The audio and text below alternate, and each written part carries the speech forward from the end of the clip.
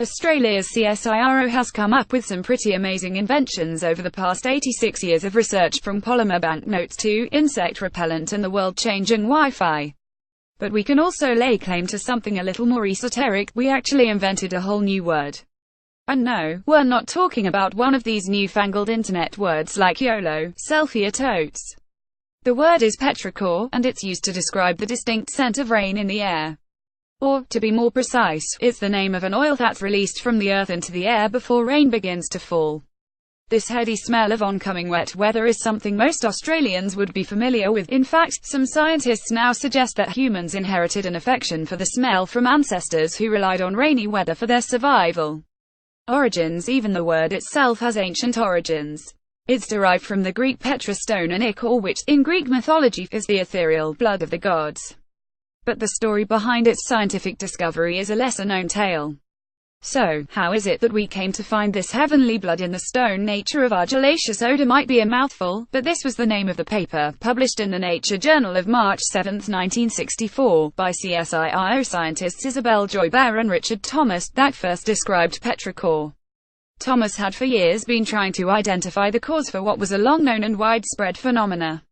As the paper opened, that many natural dry clays and soils evolve a peculiar and characteristic odor when breathed on, or moistened with water, is recognized by all the earlier textbooks of mineralogy.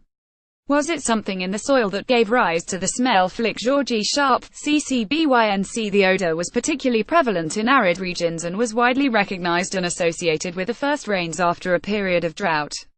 The paper went on to say there is some evidence that drought-stricken cattle respond in a restless manner to this smell of rain. The smell had actually been described already by a small perfumery industry operating out of India, which had successfully captured and absorbed the scent in sandalwood oil. They called it Matti Ka Attar, or earth perfume. But its source was still unknown to science. Joy and Richard, working at what was then our Division of Mineral Chemistry in Melbourne, were determined to identify and describe its origin. By steam distilling rocks that had been exposed to warm, dry conditions in the open, they discovered a yellowish oil, trapped in rocks and soil but released by moisture, that was responsible for the smell. The diverse nature of the host materials has led us to propose the name petrichor for this apparently unique odor, which can be regarded as an ichor, a tenuous essence derived from rock or stone. The oil itself was thus named petrichor, the blood of the stone.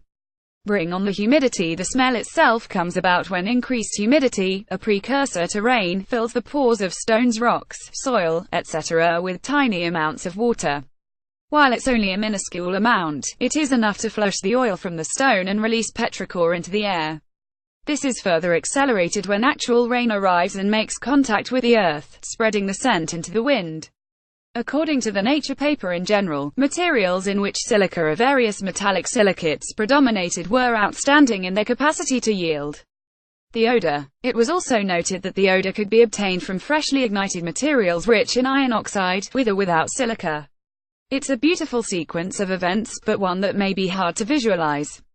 Thankfully, in a testament to the ongoing scientific fascination with this finding, a team of scientists at the Massachusetts Institute of Technology have just this year released a super slow-motion video of the petrichor process in motion.